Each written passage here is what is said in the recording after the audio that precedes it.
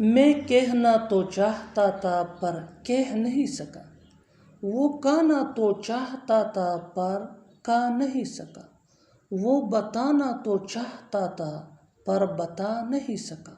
वो लोग रुकना तो चाहते थे पर रुक नहीं सके। इन जुमलों में हम बोल रहे हैं कर न सका। इसके लिए आपको यूज़ करना होगा इंग्लिश में कुडेंट। आइए कंप्लीट स्ट्रक्चर समझते हैं। Subject plus wanted plus two plus V1 यानी first form of verb plus but plus couldn't. आगे डिटेल से समझाता हूँ मिसालों से। मैं कहना तो चाहता था पर कह नहीं सका। I wanted to tell but couldn't. वो गाना तो चाहता था पर गा नहीं सका। He wanted to eat but couldn't.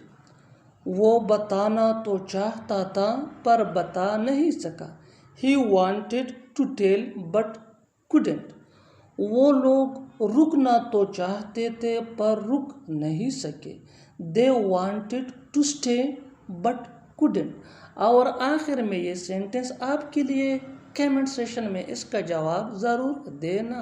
वो आना तो चाहता था पर आ नहीं सका।